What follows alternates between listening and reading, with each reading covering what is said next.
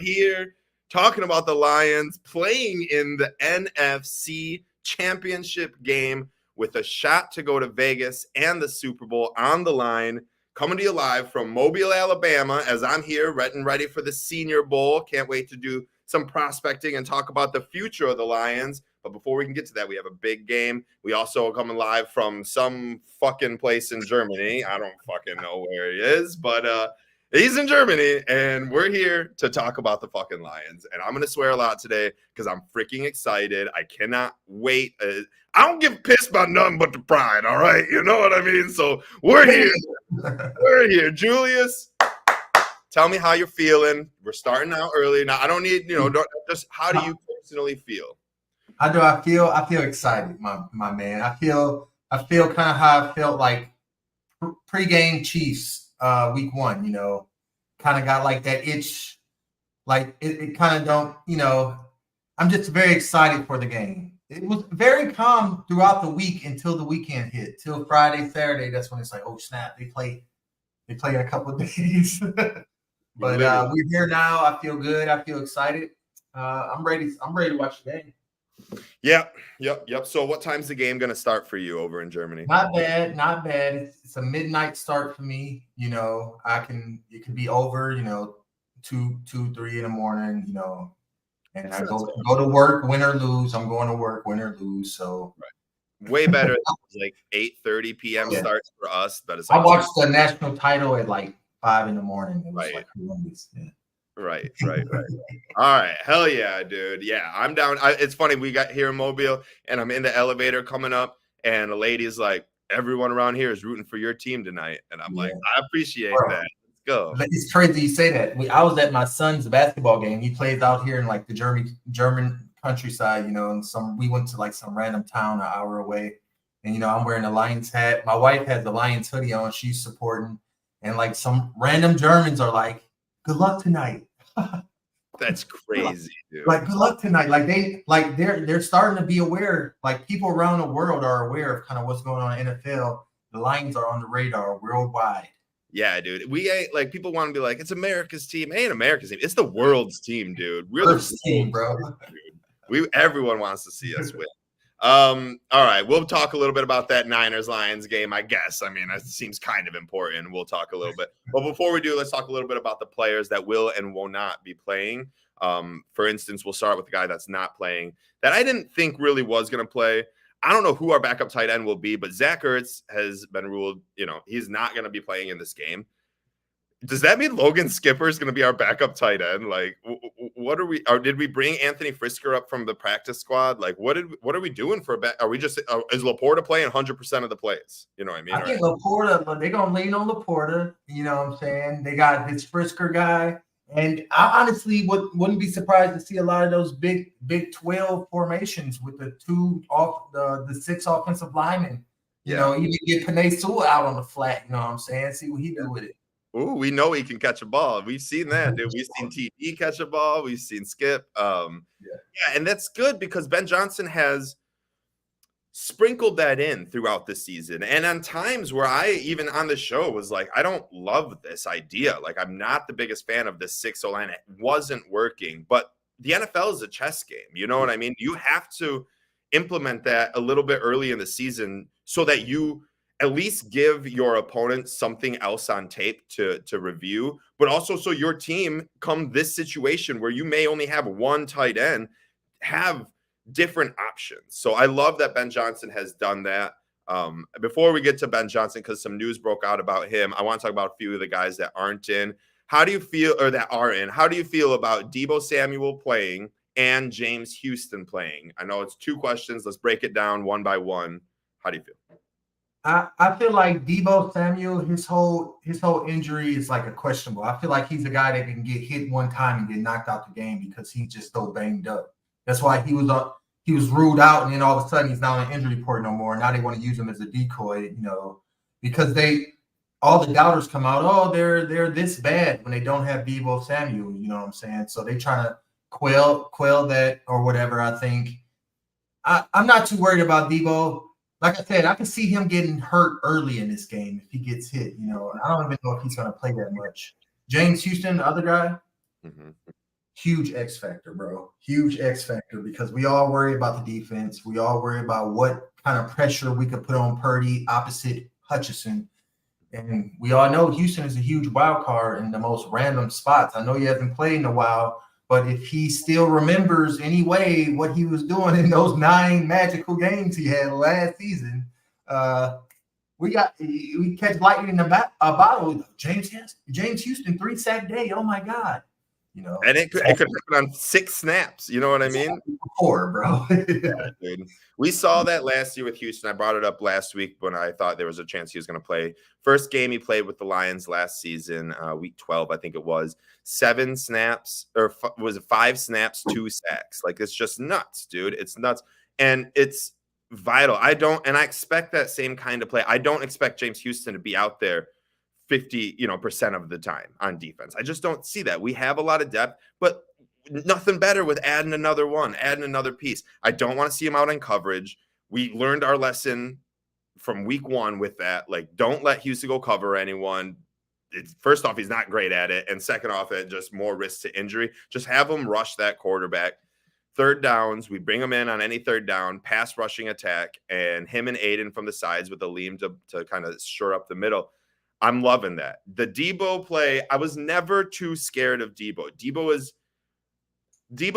I'm more scared of Brandon Ayuk. The way our defense has been, we've been allowing big yardage to their, I don't want to say number 1 receiver, though it has been the number 1 receiver, to their main take the top off receiver, right? And that's Brandon Ayuk. So I'm giving this Brandon Ayuk and George Kittle. They'll be the leading pass catchers for the 49ers. Debo, I don't think ever really was going to be. He's such a yak, a yards after catch. With that shoulder injury, like you said, it is just one hit away from him being back out concussion-wise. Like, I'm just not too worried. I never really was. So with him being in, good. I don't need Mike Tirico to be like, there's another asterisk game or anything of that nature. I want them fully healthy, ready to go. I am so excited to watch the matchups between Nick Bosa and Penei Sewell. That is going to be the highlight of this game, in my opinion. The first game Penei Sewell ever played as a Detroit Lion was against the San Francisco 49ers.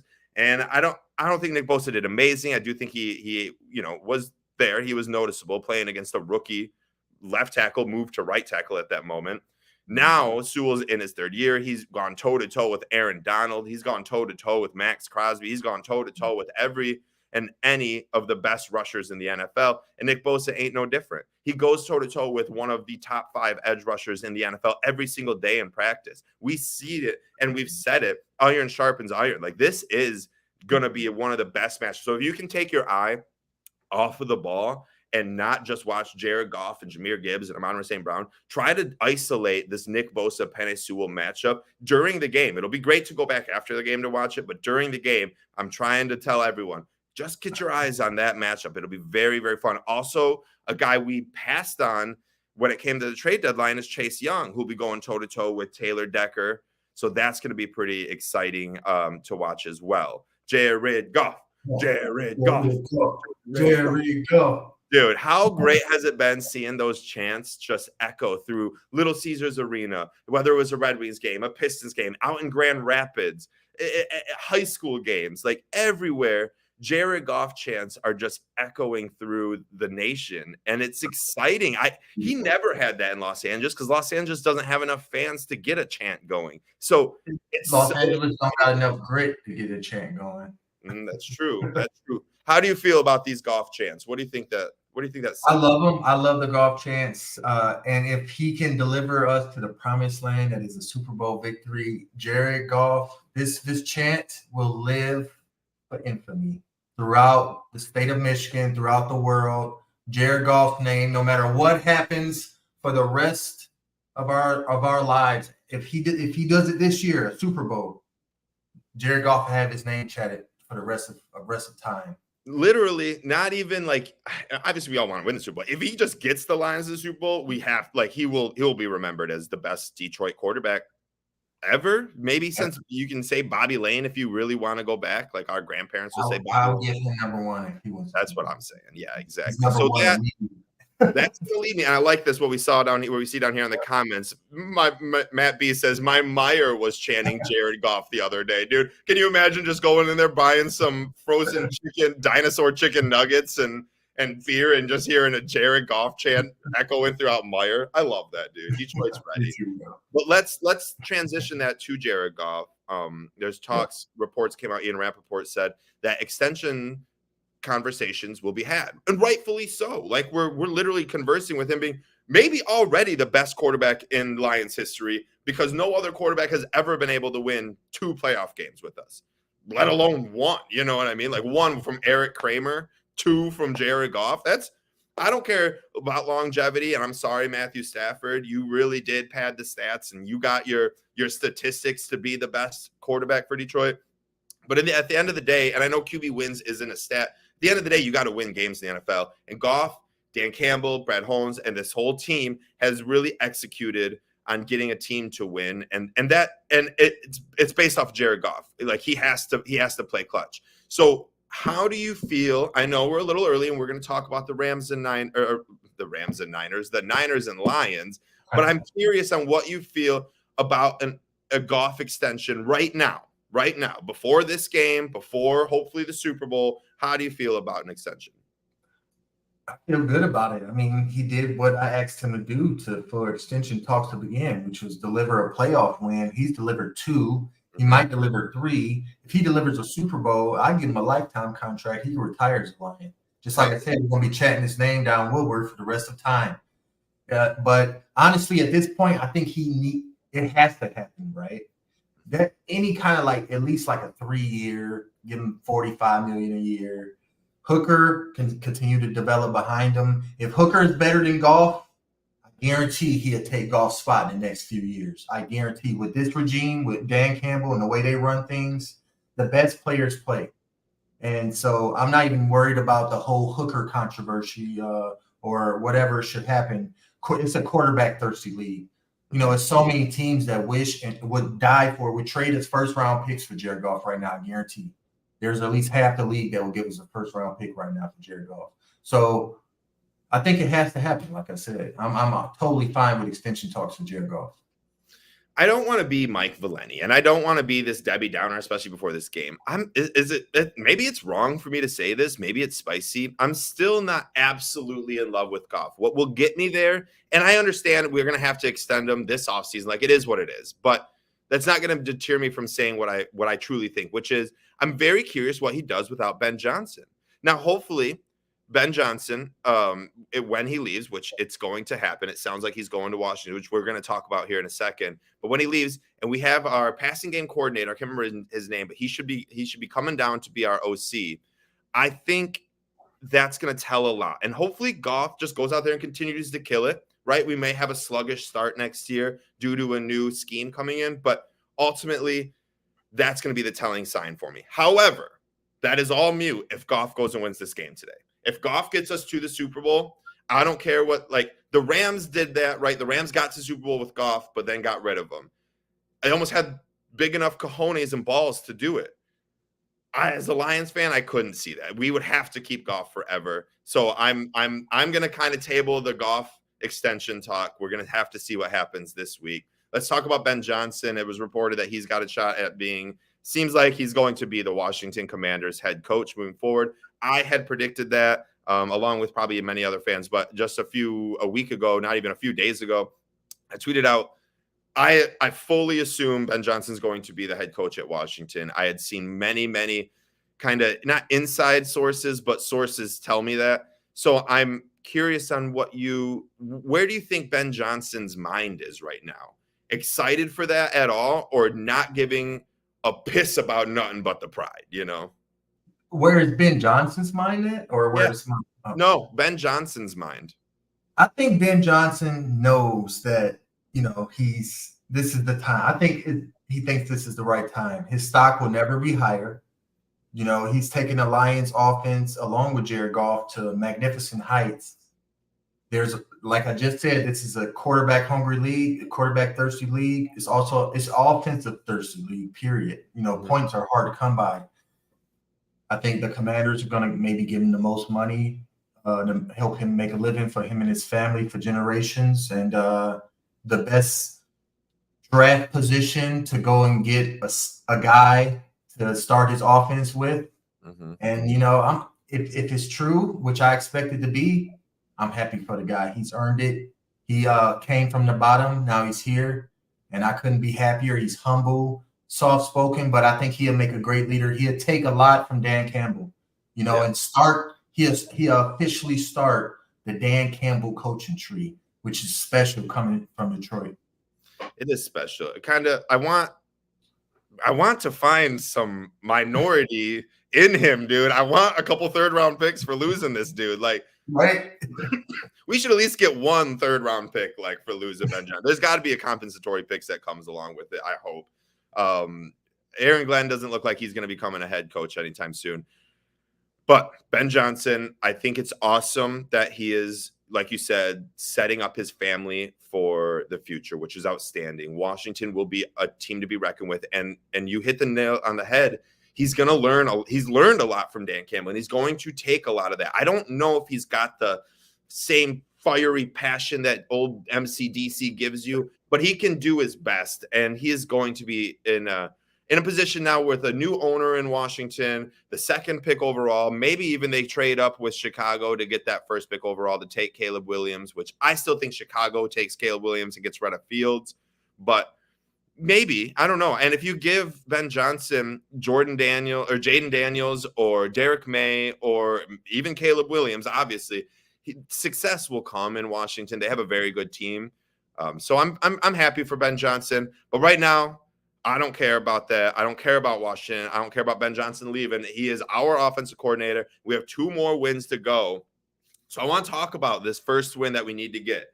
First NFC championship game since the 91 season, technically 1992, where we got our ass whooped by Washington. Doug Williams, not Doug Williams, Mark Ripon, or whatever his name was, who was the freaking quarterback for the Redskins at the time. And Washington killed us, dude, after we went and killed, like, Dallas. We were on a high. So I want to know, what do we do in this game to make sure we don't allow a blowout? I'm not asking for how we win the game, just how do we keep this game nice and tight or in our favor? What is something that you think we need to do? They need to come out trying to bite the 49ers' faces off from the first snap of the game. Fuck the kneecaps, go for the faces. Pure kneecaps, pure faces, straight grit from the opening snap. They gonna think the Lions are fucking mad, and that's the only way we win this game, bro. And I think Dan Campbell knows that, and I feel like they knew that as soon as that Tampa game ended, and they knew they were playing San Francisco, because San Francisco is a big dog. Yeah, a big dog. And when you play big dogs, you got to show up with the big dogs, and you got to come ready to be violent and physical. The most physical, I've said it all week on X, the most physical team is going to win this game. Yeah. Simply put, if the Lions can, punch back, if they get knocked down, it might not go pretty every drive.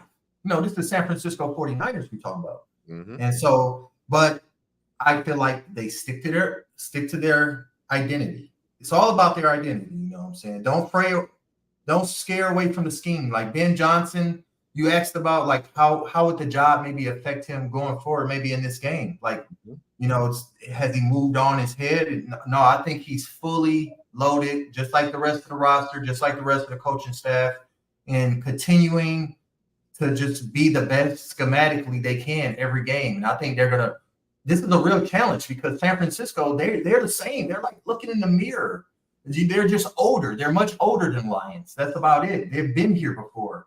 But schematically, and the way they like to do things and the way they like to play, it's like looking in the mirror. So I think that everybody's focused. And I think the only way the Lions are going to not get embarrassed, and not make it look like why are the Lions even here against this great San Francisco team, is by continuing to play the way they play on this whole playoff run. It's just to the point. Yeah, I like that. And I like the aggressiveness, and I will kind of couple that with my theory of how we keep this game super close. And that's right out the gate.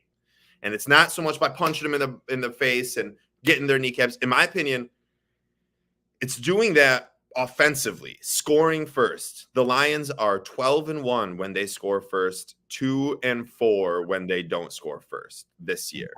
Yeah. It's super important. Win this toss and get the ball. I know everyone, no, defer, kick the ball, take the ball at half. That's not how you're going to win. That's not how the Lions win. The Lions win by taking a lead and being able to play Detroit Lions football. If we find ourselves down 14-0 because we gave them the shot, went 3 and out, and then they're up again and they score again, 10-0, 14-0, it's just not going to play into the way that Jared Goff likes to play on the road. The Detroit Lions like to play. Ben Johnson likes to coach. So I'm very adamant about, scoring first. If they get the ball first, they win the coin toss and they take the ball, we have to stop them on that first drive and go get 3 points. You know what I mean? Like 3, we just have to score first. I like the trend that we have set in place with scoring first. So that's my big takeaway of just not being embarrassed, because this game, we saw it with the Ravens a while ago, and this is a different team. And I get that. And the Niners are a different team than the Ravens, but you let up 7-0, you go 3 and out, you let up another 7 points, you're down 14-0. Now you're trying to throw the ball. A lot more of that pass rush comes in from Bosa and Chase Young and Eric Armstead. Like, it's just going to be not how we play Detroit Lions football. So I like the idea of getting the ball first, winning, hopefully win the coin toss, get the ball first. I do want to talk a little bit about the way we match up with San Fran. You brought it up. You're like, this is a good team, but we match up well against them. I have mentioned it before. Like, I wanted to play San Francisco more than I wanted to play Green Bay. Not as much as I wanted to be at home than I wanted to be on the road, but I like the matchup against San Fran. What is it about our matchup, do you think, that gives us an edge to win this game?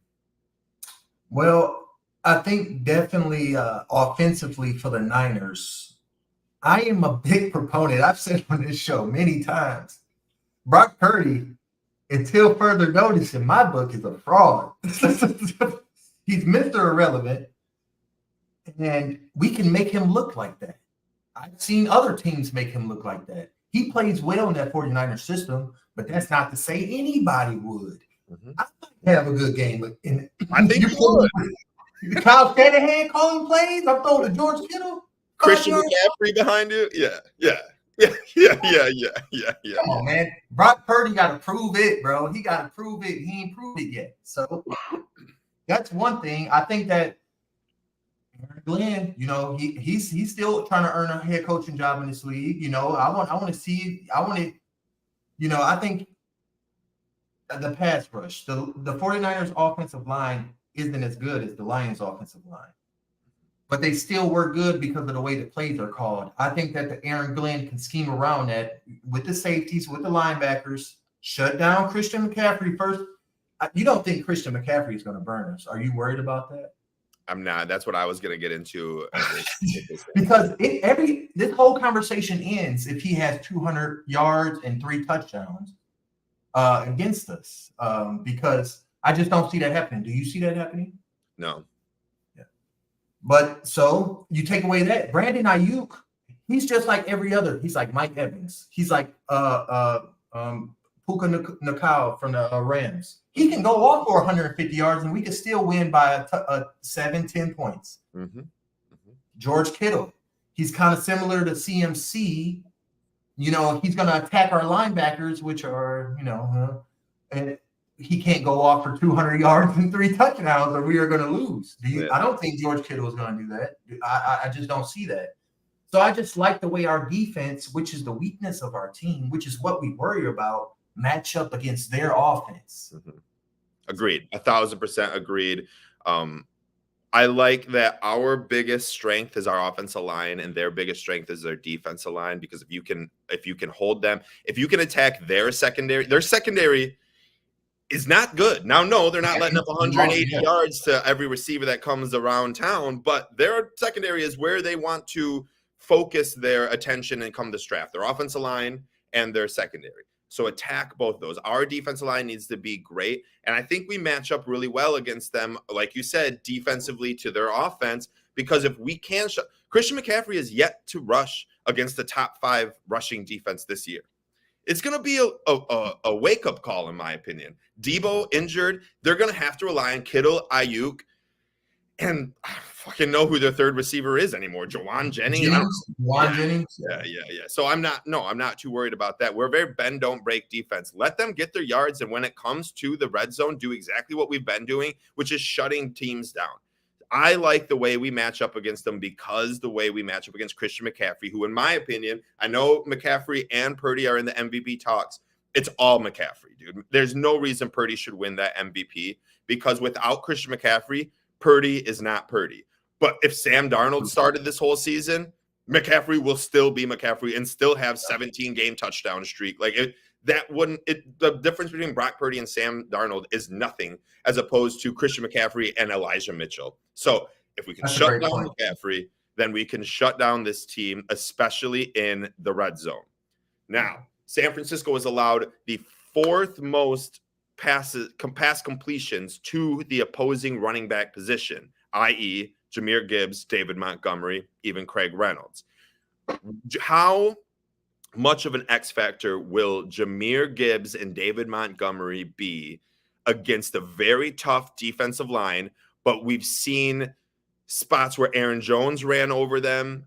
We've seen them, be able to kind of get gutted through the run game. So how impactful is it that Jahmyr Gibbs and David Montgomery have maybe the best game they've ever had? It was super impactful. I think it's one of the keys to this game is that the Lions have a positive net run game with both running backs. Both can go off. The Niners are a shell of themselves when they allow rushers to go over 150 yards. I think they're like 0-3 or something like that. They just don't do well. The Packers were supposed to beat the Niners last week on all. If you look at it on paper at face value, what the Niners allowed the Packers to do, the Packers just gave away that game with turnovers and such, which I get to that. Turnovers are huge. Mm-hmm. That's why I go back to the toughness. You got to bite their face off. Pick Purdy off. I got a bet on pick Purdy on the interception +5. Dude, I don't know, man. You running that, dude. You running that. Punch CMC. Punch the ball out of CMC's hands. He holds it loosely half the time. I'm telling you, I know they look at film. I know Aaron Glenn watched this.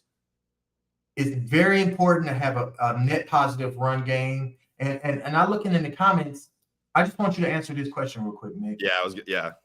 Do you think that's happening? Do you think that we're going to see Dan Gamble tonight in the NFC Championship? Some form of fashion. I do. And this is the reason why. I think most of the times we see Dan Gamble, and I'm not including like a fourth down in the red zone. That's not a gamble, in my opinion. Like instead of taking the field goal, I do expect that as well. But I do expect a fake like punt or field goal or something of that nature, or like a fourth down try deep in our own zone. Because the times you see that was against teams that we are not favored against. We did not see it often in games where we're favored or winning. That's not how DC does it. But he definitely does it against the Rams a few years ago. He does it against teams that are able to beat us and Las Vegas says should beat us. That's when we see MCDC and we see the gambleness come out of him. Old Kenny Rogers, the gambler. So I'm ready to know when to hold them, know when to fold them, and MCDC really kind of just take it over and play Dan Campbell style. First off, it's got us to this point. There's no reason we can't be like, we should have kicked a fucking field goal. Hell no, dude. We wouldn't be in the NFCC if we were kicking field goals this whole year. You got to fucking risk it for the biscuit. And right now, this is the biggest biscuit we'd ever seen. I want the gif of Randy Marsh fucking carrying his balls in a wheelbarrow, singing Buffalo Soldier to just take over the internet, dude. Buffalo Soldier. Like, I just want that. So I do expect it to answer the question that was asked in the comments. And please, everyone, please ask whatever questions you want. We love when the questions flow in. We'll get to all of them, I promise. Julius, what do you think? Do we see that Dan Gamble or no? I think it depends on the situation. You mentioned it's more likely to happen if we get down. Mm-hmm. So yeah, I can see if we're like down 10-zip in the second quarter, get a 3 and out. Just like you were saying earlier, we don't want to dig ourselves too much of a hole. Mm-hmm. Then we can see some fake punts like Justin mentioned, but I can see him staying aggressive on 4th and short, all over the field, pretty much from the 30-yard in. If he thinks that we can get it at a short yard of the field, don't want to punt it away. I trust Dan Campbell. I trust Dan Gamble. Oh, yeah. Buffalo Soldier. Yeah, I trust him. Let's keep with Justin. He's rocking out in the comments right now. We love it. Justin's been an OG fan since day one. Feels like JMO will have a bomb touchdown today. I'm going to disagree with that. I'm not looking for JMO to have a big day. Of course, I love it. Don't get me wrong. I have a bet on anytime touchdown for JMO, so I hope Justin's right. But I think the way to beat San Fran is to meticulously work the ball, right? I am not looking for big plays. I am not looking for these huge, gigantic plays that get us points but get the ball right back to San Fran. I want to work that defense. I want to tire them the fuck out so that come the fourth quarter, Jahmyr Gibbs is just pounding. David Montgomery is pounding on him. Amon-Ra St. Brown, they don't know what to do. And maybe by then we can get JMO a bomb. But I'm expecting JMO to be I don't want to call him a decoy, but a very appreciated wide receiver, because a lot of people are just going to look for the box score. They're going to look for the stats. Like I've said on this podcast, I expect him to take the top off so that we can see Sam Laporta, Amon-Ra St. Brown, Jahmyr Gibbs get these yards after the catch and short passes. Hopefully JMO's gets his 3 catches, all for first downs. Just the big bomb I'm not really looking for. I think that's the verbiage that I'm not agreeing with Justin on here. But what about you? I mean, I'm always looking for JMO to have a big bomb touchdown. I'm looking for it every play. I'm looking before the pre-play snap. I'm looking at the formation. Oh yeah, I see JMO right there at the bottom of the screen. Oh, he's in motion. Oh, I wonder if he's going to run a quick out or something. I'm just waiting for it to happen every time, but it might not. That's just kind of how the Lions offense rolls. So it's so many factors to look into the game. It makes the watching the game so fun, especially when you got so many weapons. Because I'm looking at where JMO on the field, then I'm looking at where Gibbs on the field. I'm looking at, where Laporta is. I'm looking at where Amon-Ra is, Right. So it's a lot to catch up with, but I'm always looking for the JMO bomb. Love to see it. We're going to move over to Johnny Betts' question, who's got a profile picture of my favorite dude, Jake Johnson. He is the man. The way he talked about the Lions, he's rooting for Lions this year. I love the way he brought up Dan Campbell. It's just like, that's just the dude outside the bar with the dip in his mouth saying, hey, man, we got to stop him on defense, Jake goes. It's just great. I love it. So we'll get to Johnny Betts' question. He said, how does the Lions defense get the 49ers uncomfortable? I'm going to let you start this out. What do you think we got to do to make Brock Purdy, Christian McCaffrey, Kyle Shanahan, the entire San Francisco 49ers offense uncomfortable? First and foremost, we got to shut down CMC, which we've done a good job of shutting down running backs. It's been documented, but evidently, he's a special MVP candidate who can just tear us apart through the air and on the ground. We have to shut him down. Second, we have to make Brock Purdy look like the fraud he is. In some sort of pass rush. I think, we're going to see a lot of safety blitzes, nickel blitzes from Brian Branch, Iffy, to help out Aiden. James Houston, like we said, 6 snaps, 3 sacks. You never know. Josh Pascal's coming on late. Alan McNeil's playing strong in the middle. Our front 7 has to bully Purdy. I think that's the key to the whole game for defense. So this is not a shootout, and Purdy ain't doing whatever the hell he wants to with Ayuk and Kittle. We just got to make him uncomfortable the same way we did Baker, the same way we did Stafford, even though Stafford still did his dirt with Puka. And so did Baker. But we made him pay. Right. And they got more uncomfortable as the game went on. And when it was time in the fourth quarter to dig it out, the defense overcame. So. Right. And that's exactly right. I will just double basically what you said, and it's about blitzing. That's stopping CMC, because you got 6-7 guys in the box and getting after Brock Purdy. Now, when you do that, you are a bend and not break defense. You're at least a bend defense. Hopefully we don't break, but you will allow passing yards to Kittle, to Ayuk. It is going to happen. However, what that also does is brings pressure. So yes, they may get these catches that get them to midfield, score them touchdowns, score them late when we're in more of a prevent defense. But what that's going to do is put so much pressure on Brock Purdy that he can start seeing ghosts. And if we get enough pressure right at him with Aiden, with Houston, with Pascal, with Comiskey, with Aleem, whomever wants to come, with the linebackers, with Brian Branch, with CJGJ, with Iffy, if we can send these guys and continue to blitz, we will make him uncomfortable. And that's the only way we're going to beat the 49ers, because Brock Purdy is an MVP candidate. The dude's got like 35 touchdowns and 7 picks or something of that nature in that area. He's good. If you send 4 against him, he's going to eat you up, dude. It don't matter. He is like Jared Goff in the sense where I expect the same from San Francisco, where they are going to blitz the fuck out of us. And they don't play that type of defense where they do kind of rely more on their 4-man rush than they do their blitzing. But I think it's going to be different this game. I think they know what we know, which is just get it out to Goff, or get after Goff. That's kind of why I wanted to ask that question about Montgomery and Gibbs pass catching, because if they are sending a lot, you're going to see those short dumps to those running backs, which don't always work, but that's just how it's going to have to be. We have to do that same for Purdy. We can't allow him time in that pocket, because as Mr. Irrelevant as he is, he will eat you up. So I think that's another way to do it. Let's talk about James Games 421. Oh, you had something up. What'd you? I didn't even see you had something up, but we're gonna go over to James Games 421. Would have been cool if it was 420. No one is talking about Houston. He is going to be a force. I had mentioned this before, and I'll bring it back up. I don't see him playing a ton, but the what he can do in those limited snaps is just something unprecedented. We've never seen that in the NFL. I don't think I've ever, I could be wrong, but he had 7 games last year with 8 sacks, I think is what the total was, or 6 games for 8 sacks. 9 games, 8 sacks. Is that what it was? No, it couldn't have been. He started week 12. 9 sacks, 8 games. 17, yeah, exactly. Something like that. That's just unheard of, dude. It's unprecedented. I think there was 1 game he didn't have a sack. And do you want to see Houston play more than 10 snaps, or are you okay with a limited version of Houston? No, I'm okay with a limited version of Houston, because the limited version of Houston is what's been effective for us in the past. And I think in this situation, coming off an injury where he ain't played the whole season, damn near, the best way forward, give him 10 good snaps on pass rushing downs. Tell him to go in there and get it. You know, like I mentioned about Laporta early on in the Rams game, I feel like Dan Campbell does not allow a player to go on the field for his team if he does not think that that player is fully ready for that situation.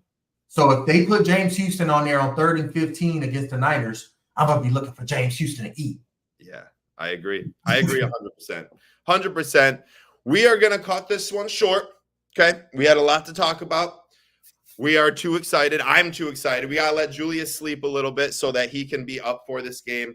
Let's end it with our score predictions and a one last takeaway. Something you may have already said, because we talked a lot about our keys to victory throughout this show. And if you missed it, feel free to just rewind it. We got a few more hours before the Lions start. One more key, whether it's something you already said and you want to emphasize, or something you haven't been able to say yet because we didn't just get to that. What do you think that one last key to victory is, and what do you think the final score will be? That one last key to victory is what the Lions have underratedly done at all-time level this season that nobody's barely talking about, but people will start talking about after this game. Shutting the home crowd up and having our 20% of away fans take over the stadium. Because as we've seen the last 2 games, home field advantage is crazy important, especially for the Lions in the Dome and Ford Field. The Niners would like them to have some sort of that them on themselves against the Lions. While Jared Goff is in a huddle, blah, blah, blah. It's not going to happen the same way, though, because we're going to have an effect. And so I think that's the underrated key effect of victory of this game that's going to be we're going to be talking about after this game, is the Lions traveling fans and shutting the home crowd up and not giving that home field advantage to the road team. They've done it all season. Hell yeah. Give me a score prediction. I said it. Lions 31, Niners 27. I think the Lions are going to, you know how we have these bad third quarters? You know, I think that's going to be a reverse script today. And I think we're going to spring off after halftime, and the Niners are going to try to catch up, but the Lions are going to shut it up and put it away in the end of the fourth quarter, just like the last couple games. Love to hear Lions going to the Super Bowl, baby. Ow, ow! Can't believe those words are even coming out of someone's mouth. If they don't, and if they lose, it's still going to be a great season. I'm not devastated. We'll talk about it next week, but 31-27, you know. Yeah, I'm gonna go through some of our older episodes and see what we said was what was our bare minimum. I feel like I may have said our bare minimum was the Super Bowl this year. I was very heavy on if we lose Ben Johnson, I don't know what this team's gonna be like. So I'm not calling the season a success yet. I know a lot of people are like, Nick, you're fucking crazy if to say that this isn't a successful season.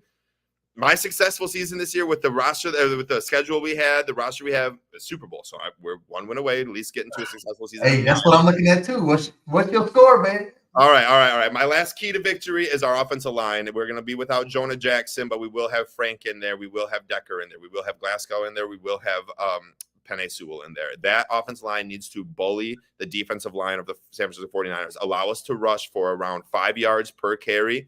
That is going to be a key to us winning. That will allow Jared Goff to have time, which is also what he needs to win, especially on the road, in my opinion. I think this game's going to be lower scoring than people think. However, I also thought the under was going to hit against Tampa Bay. So who the fuck knows? I don't fucking know anything. But I am going to take this 24-21 Lions. And I think that it will be the defense that makes a stop, similar to the last two games where Stafford had a chance to win. Baker had a chance to win. Brock will have a chance to go tie the game at bare minimum and or win. And I think the defense, I don't think it'll be Barnes this time. I don't think it'll be Kirby. I think it's going to be CJ GJ who gets that final game-winning pick to solidify the win. He's been talking a lot. Him and Debo had a lot of conversation while CJ GJ was resting up, getting healthy. It's going to be very exciting. This is going to be a grit game.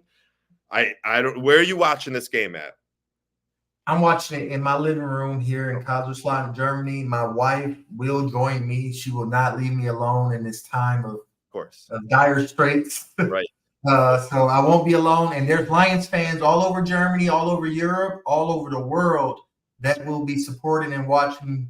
We are running deep today, Lions fans. We are riding deep. Everybody is going for the Lions in the Honolulu blue. I've seen those words everywhere. And for it to be the title of our show is just amazing. Mm-hmm. 3 years with you guys has been amazing. Go Lions. Go Lions, dude. 4 years. Wake up, Julius. 4 years, bro. We've been doing this show. I can't even believe it. We went through the whole Matt Patricia era, and now we get pretty much, and now we get the Dan Campbell era. It's been great. We appreciate everyone listening, everyone watching. As always, we'll be doing this weekly throughout the offseason with a lot of fun shows and whatnot. But we have this game, and then we'll talk a lot about the Super Bowl over the next 2 days because we're going to be in it. Let's fucking go. Let's go, Lions. Lions. Everyone.